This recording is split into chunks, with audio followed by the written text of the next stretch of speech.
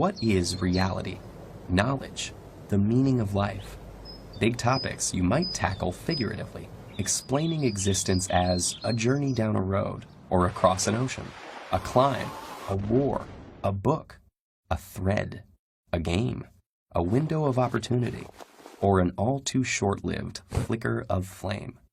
2,400 years ago, one of history's most famous thinkers said life is like being chained up in a cave, forced to watch shadows flitting across a stone wall. Pretty cheery, right?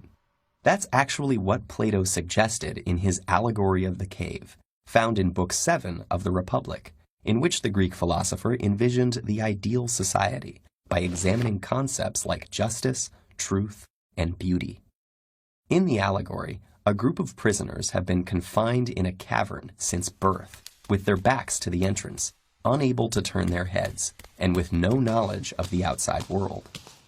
Occasionally, however, people and other things pass by the cave opening, casting shadows and echoes onto the wall the captives face. The prisoners name and classify these illusions, believing they're perceiving actual entities. Suddenly, one prisoner is freed and brought outside for the first time. The light hurts his eyes, and he finds the new environment disorienting.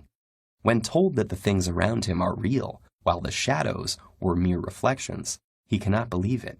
The shadows appeared much clearer to him, but gradually his eyes adjust until he can look at reflections in the water, at objects directly, and finally at the sun, whose light is the ultimate source of everything he has seen.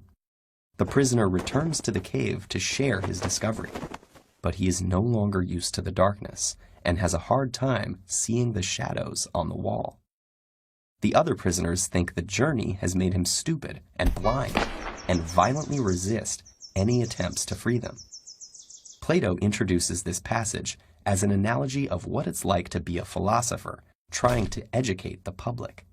Most people are not just comfortable in their ignorance, but hostile to anyone who points it out. In fact, the real-life Socrates was sentenced to death by the Athenian government for disrupting the social order, and his student Plato spends much of the Republic disparaging Athenian democracy, while promoting rule by philosopher kings.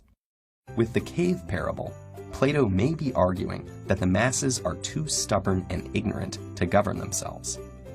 But the allegory has captured imaginations for 2,400 years because it can be read in far more ways.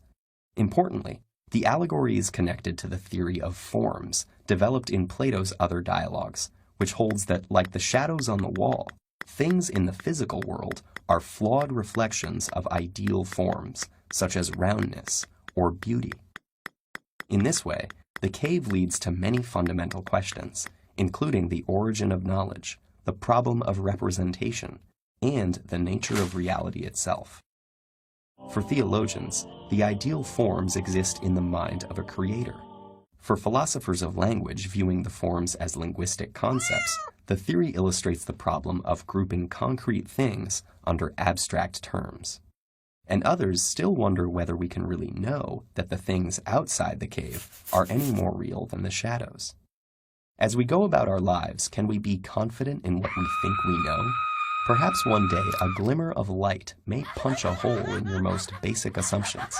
Will you break free to struggle towards the light, even if it costs you your friends and family? Or stick with comfortable and familiar illusions? Truth or habit? Light or shadow? Hard choices. But if it's any consolation, you're not alone. There are lots of us down here.